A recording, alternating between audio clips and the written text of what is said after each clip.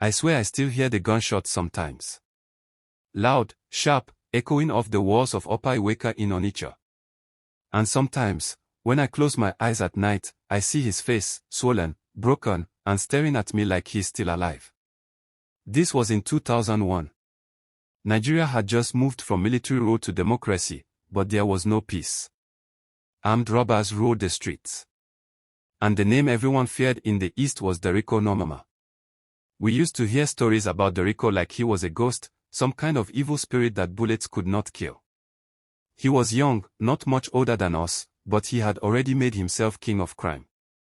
People whispered his name like a folktale. Mothers said, "If you don't sleep, Derico will come for you."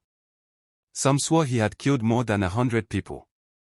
One hot July afternoon, I followed my uncle to Main Market. Suddenly, people started screaming and running toward Upper Iweka. My uncle grabbed my wrist and said, "Come. Today you will see something." And then I saw him. Derico.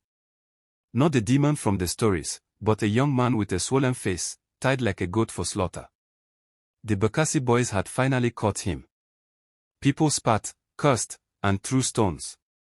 My uncle whispered, "This is justice. The gods are tired of evil." They dragged him into the open, chanted strange words, and pulled out machetes. The first strike hit his neck. He screamed. Blood sprayed. They hacked again and again until his head finally rolled to the side. Silence fell. For a moment, all I heard was my own breathing and the buzzing of flies. That night, I couldn't sleep. His eyes haunted me. People started whispering, saying his ghost walked the streets. At bus stops.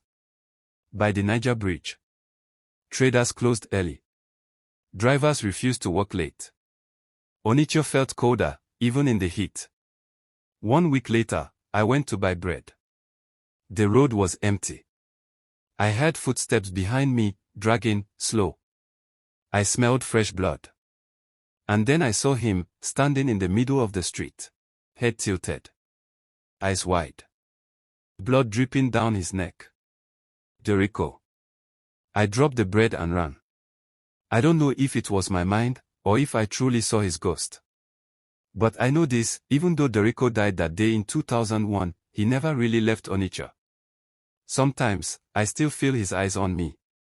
Sometimes, I hear those footsteps. And when I dream, it's always his scream.